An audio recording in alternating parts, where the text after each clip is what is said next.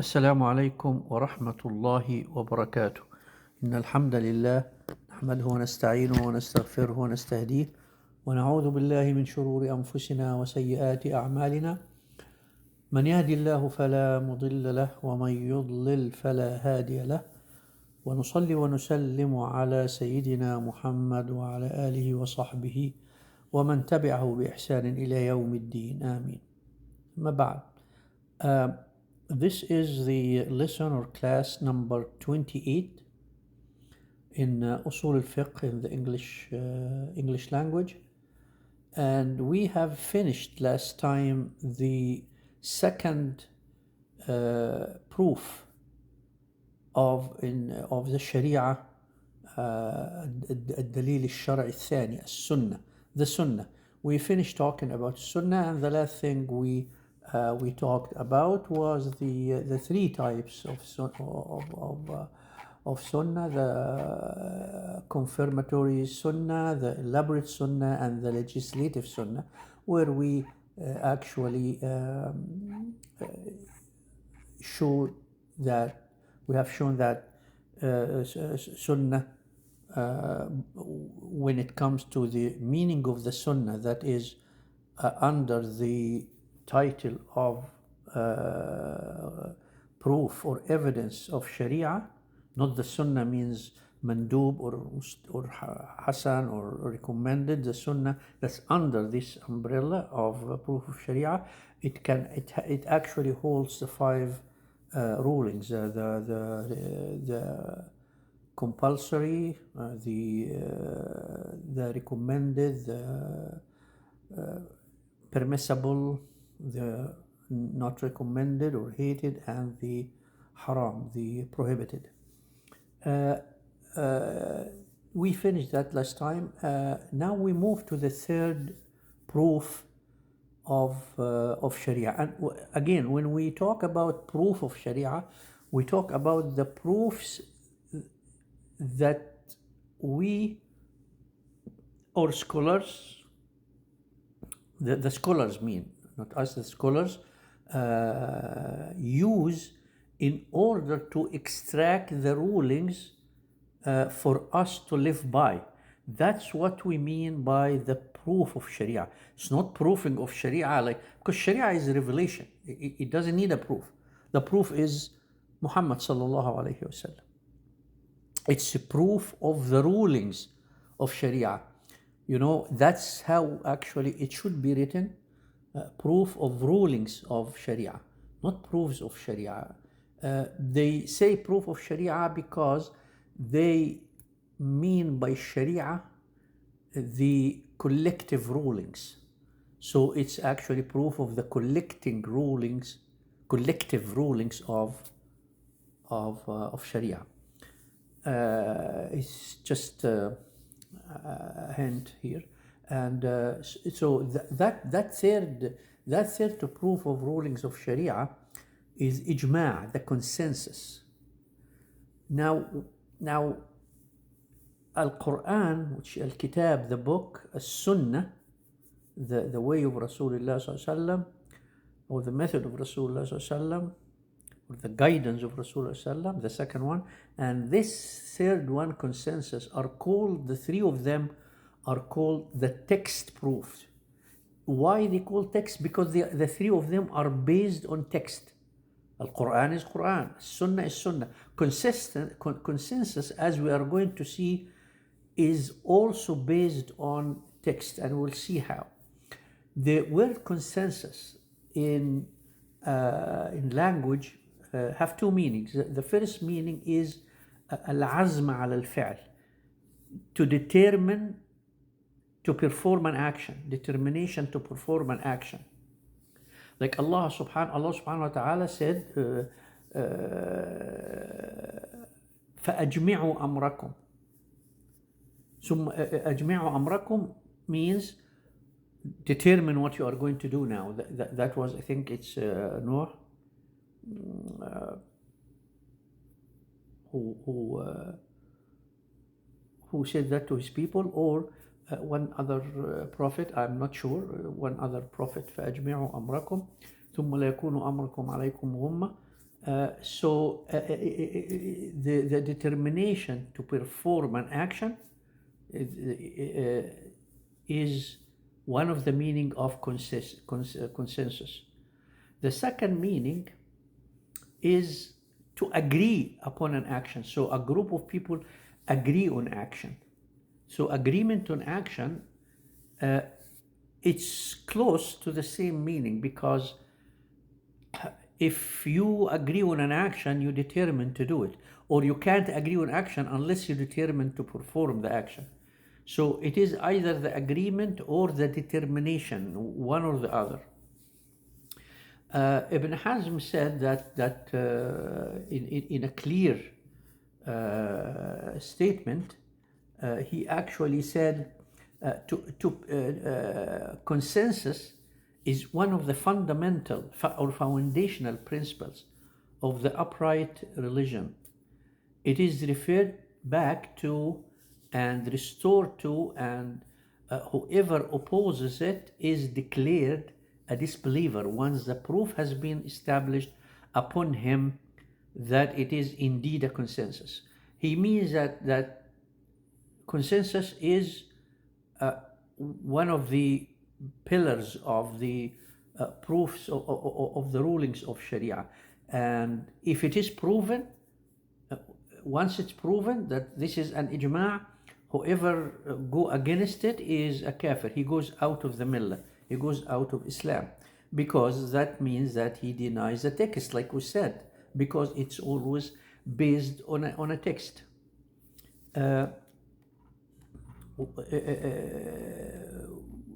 There are kind of ijma' that connected directly to a text. The relationship can be seen directly from a text, and there is other type of consensus. I mean, consensus is it can be seen from different aspects. So one of the aspects is this one, which is the relation to a text. It can be directly related, or it can be indirectly related to a text, and the consensus happened that it is it is a correct, and there is a ijma' consensus on it. So the one of the indirect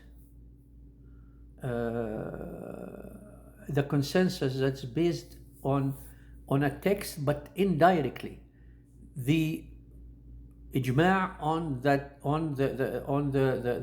ruling of the sick person who cannot use water, otherwise he will be more sick, that he can actually do tayammum. There is no text that says that in Sunnah. There is no direct test. There is a hadith that was related to that was narrated up to Rasulullah sallallahu alaihi wasallam, that there was a person who was sick, and he asked it around, and they said you have to have a shower, and he took a shower and he died because it made me really bad.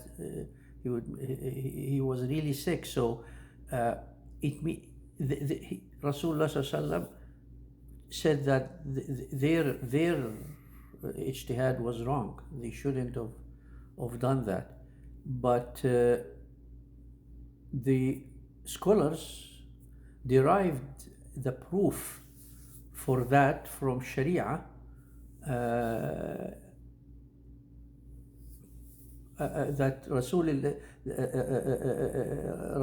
sallallahu from that hadith, they said, well, it was not said in Quran, because in Quran إن لم تجدوا ماء فتيمموا. This is not for the, there is no mention of sickness here. It's for those who are normal, healthy, but they cannot find a water. But cannot find a water is one thing, and finding a water and not using it is different. So finding a water and cannot use it because of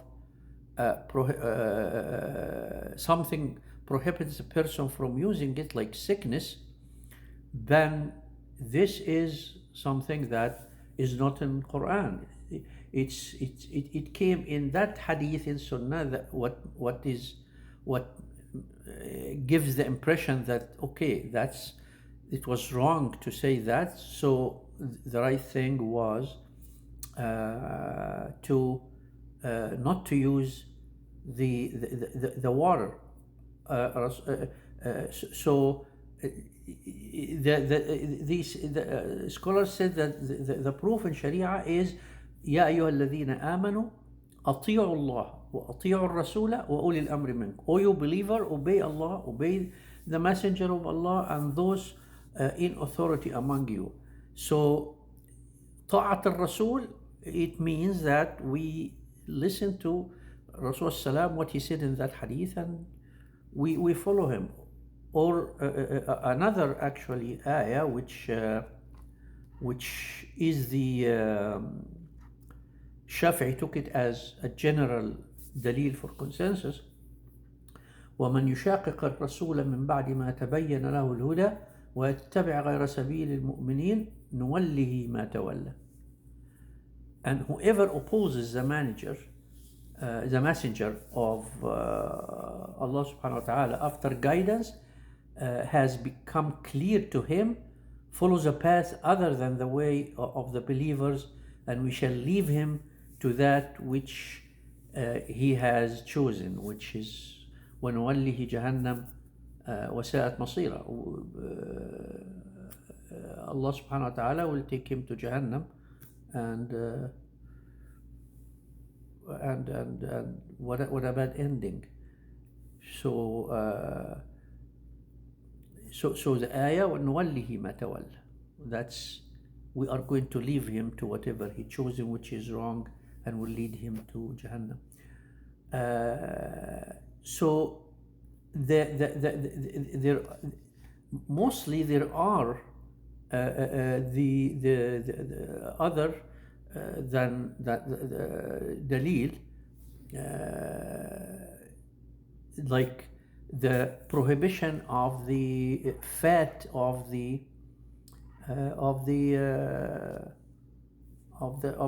pigs. تحريم شحم الخنزير. The ayah came in ولحم الخنزير حرمت عليكم الميتة والدم ولحم الخنزير. The dead, the blood, and the meat of the pigs. But what about the fat? The consensus among ulama that it is actually it's haram like the meat, like Ibn Hazm said, and there is a consensus on made haram on shahm al-khinzir, on the fat of the pig. Ibn Abd al-Barr al-Andalusi said the ulama scholars have a consensus that the khinzir, the pig, is haram in every part of it, or every part of the pig is haram. اللحم والشحم, the meat, the shahm, the intestines, whatever inside is haram. So that's an ijma' of people. So how did they arrive to that? The consensus here that this might be actually one of the examples, the clear examples of the first type we talked about in ijma', that there has to be uh, like it has to be in Sunnah and in the action of Rasulullah sallallahu alaihi wasallam among Sahaba, that they understood that every part of the pig is haram. And their ijma', their consensus, the consensus of the Sahaba is the highest consensus, and it is unchallenged and unrefutable. That's actually the only type of consensus that is accepted by everybody. Of course, except the Rafida, because they make takfir to Sahaba, so how can there consensus? So, but other than that, some of the Mu'tazila as well, because we know that Mu'tazila was dissolved into at maybe the 4th century, dissolved into the madhab of Rawafid. So, but there has to be a consensus between Sahaba based on watching Rasulullah, hearing Rasulullah, and taking the lead from Rasulullah sallallahu alaihi wasallam, because they cannot consent on that without that. We know the Sahaba would never do that. So that's one of the consensus. Another thing is the choice of Abu Bakr in Bay'at al-Saqifa, of Abu Bakr as-Siddiq radiallahu anh, at the time of when Rasulullah died, and 6 of the Sahaba went to Saqifa, and they had to find who is going to lead, because it is a pressing matter to find somebody to lead the Ummah and the Muslims. And there was an army that was going to go the second day, Osama ibn Zayd, to fight the Romans.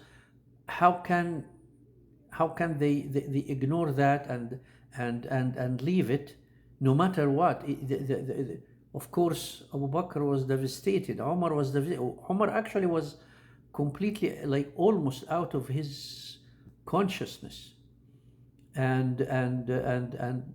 But they still went to the Saqifa in order to attend to the highest matter that regarding the Ummah at the time, which is choosing who is going to take over, who is going to do the guidance now.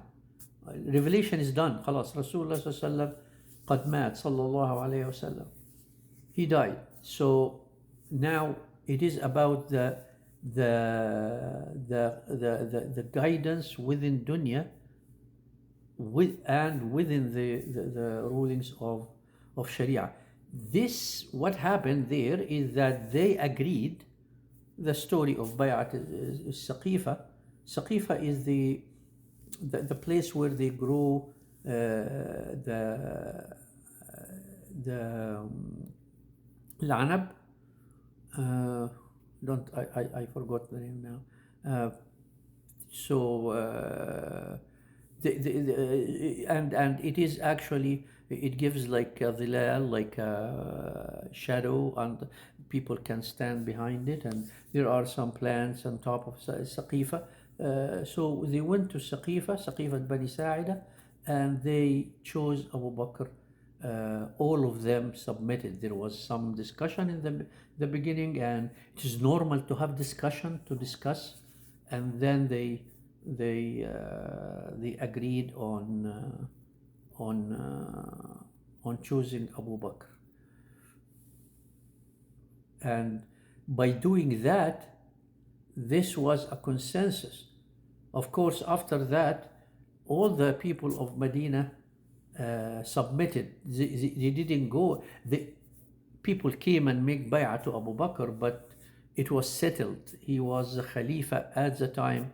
After the Saqifa, right away, he was the Khalifa of the Muslimin, because it was enough for these six of the highest caliber of Sahaba to choose him, and that's it. Against, in spite of what many of the misguided people and writers who said no, it was just a candidacy. He was a candidate, and after that they went to the houses of Medina and they asked, and they approved, and that's a proof of democracy, that everybody agreed on him. So that's as silly as it sounds. It's wrong. It didn't happen this way, because no one went to house by house. It's just there was an agreement between all the Medina people, and this agreement between Medina people, it manifested itself in no opposition whatsoever. And whoever tried to talk about the opposition of Sayyidina Ali, that was completely wrong. But this is another story. So that's another ijma'. So that's ijma' on the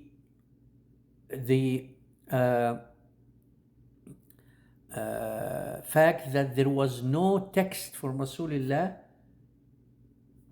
telling people who is going to be the Khalifa after him.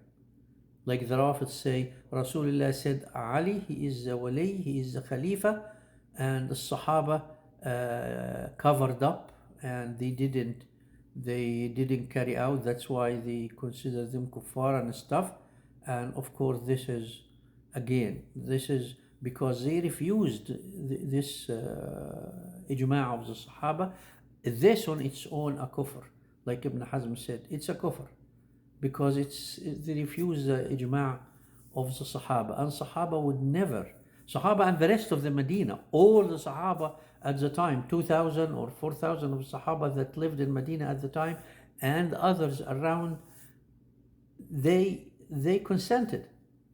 It was one of the greatest consensus, like Abu Bakr ibn al-Arabi in his book Al-Awasim min al-Qawasim, the protective actions from the hurricanes that hit the Muslim Ummah. And the first protection he considered, it was against the hurricane of the death of Rasulullah and agreeing on Abu Bakr. He said that was the highest level of protection, that they agreed on him right away. Otherwise, the Ummah was going to be completely devastated and ripped off to pieces. So that was actually ijma', and whoever refuses it is not a Muslim. The third one we can give as an example, the inheritance of the grandmother. There is a hadith of Al-Mughira ibn Shu'bah that Abu Bakr actually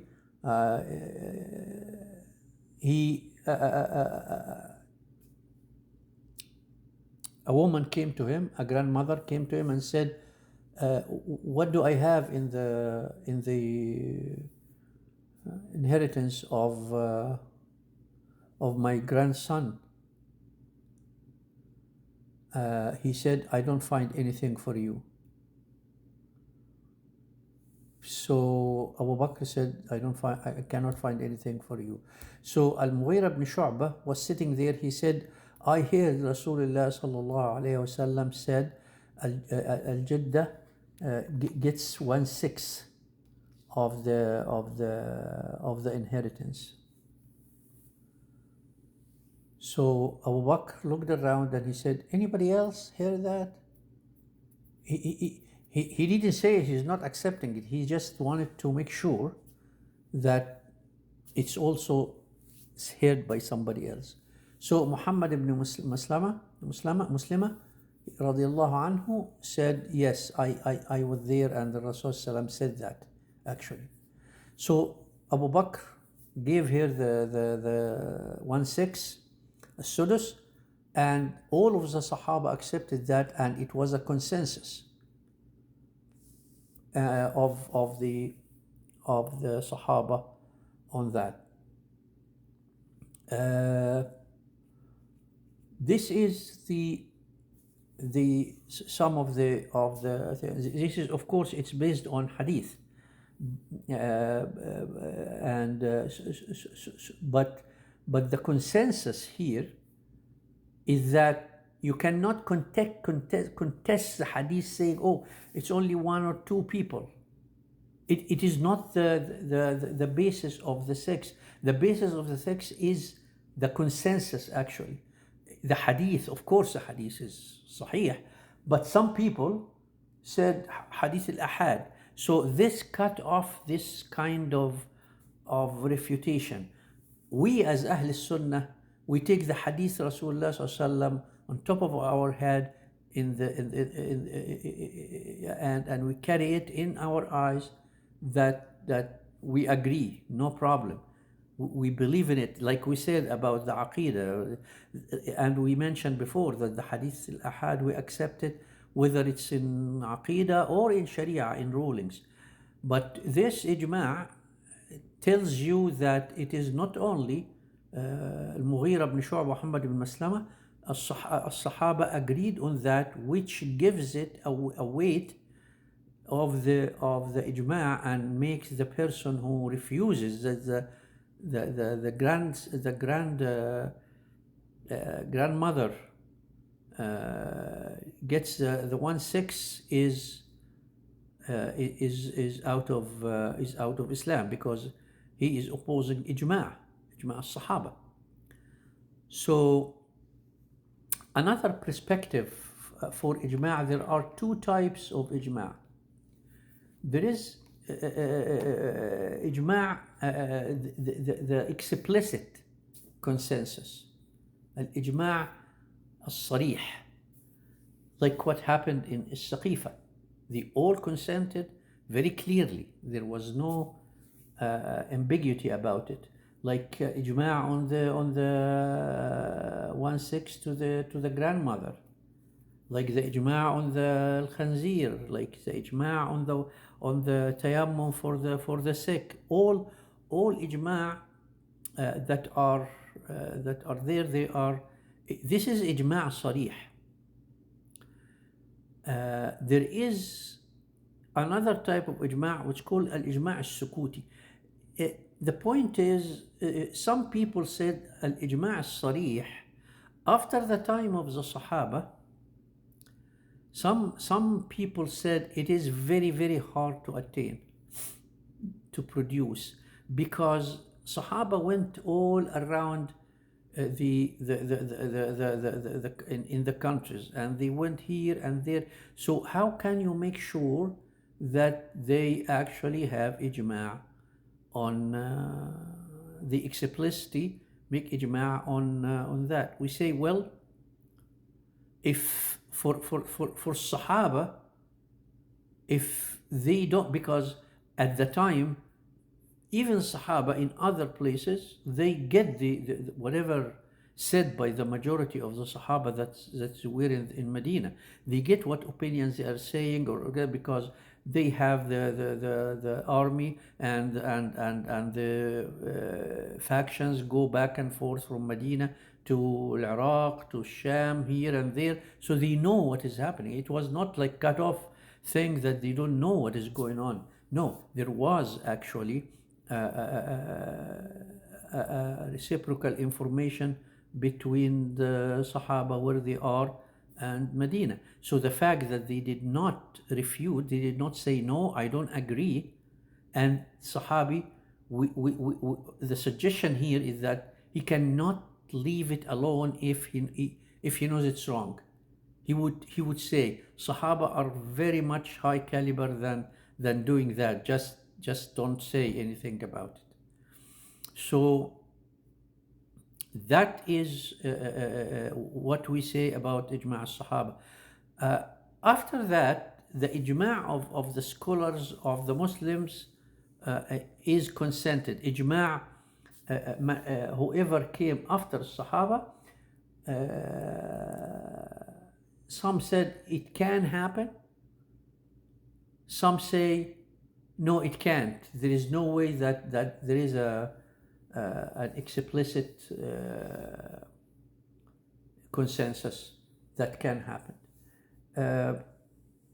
Of course, there are a lot of talk about if there is an ijma' at a time, at a period of time on something that, and then this ijma' was changed or refuted in another scholars of another time, whether it can be refuted, or once there is ijma' on it, there is ijma' on it. You cannot refute. Even all the scholars that came afterwards, all of them, they refuted it. Well, it's actually kind of a theoretical, because it doesn't really exist. Maybe people get confused by ijma' not on the same exact ruling, but there is a difference in manat. So it seems that it is other kind of ijma' or a refutation of the first ijma', but it isn't. The second type of ijma', which is called the tacit consensus. The tacit means ijma' al-sukuti. So there is no objection to a ruling, like some scholars gave an opinion, a ruling, and this ruling spread, and nobody said anything about it. No other scholars around said anything about it. So some people said there is a consensus, and some people, which is actually Jumhur, they say no, this cannot be a consensus, because you don't know those who did not comment or disapprove, why did they disapprove, and whether really they got the ruling in hand or not. So these are the two types of ijma': the explicit consensus and the tacit consensus. The other thing I would like to mention here is that the saying that we read sometimes in some places or books, where they say, somebody say لا أعلم له خلافا, I did not encounter an opposing opinion for this ruling. When a scholar say that, this does not constitute ijma'. The fact that he did not encounter any opposing, it does not mean that there is no opposing opinion. So it just means that it is likely to be the widespread and the Jumhur adopted ruling or opinion, but it cannot be a consensus that takes the power of consensus that we talked about in the beginning. The power of consensus is very powerful. It's very powerful. And if we actually go back, one of the best books in that is Maratib al-Ijma', the categories of Ijma' Ibn Hazm. It's a very, very useful book. Of course, Ibn Taymiyyah made a book to refute some of what Ibn Hazm said, but that does not take away from the fact that the book itself is great. He made some wrong conclusions and stuff, So if you put the two together, نقد مراتب الإجماع of Ibn Taymiyyah and مراتب الإجماع, the categories of إجماع and the refutation of categories of إجماع Ibn Taymiyyah. Ibn Hazm and Ibn Taymiyyah, the great two scholars of our Ummah, though Ibn Hazm al-Zahiri, but he's one of the greatest scholars within Ahl Sunnah, and in my own opinion, he is from the ulama of Ahl Sunnah, although his big mistake of qiyas, which we are going to talk about inshallah next time. And next time we will talk about al-qiyas, which is the biggest and the most important pillar of all the proof of the rulings of Sharia. Wassalamu alaikum wa rahmatullahi wa barakatuh.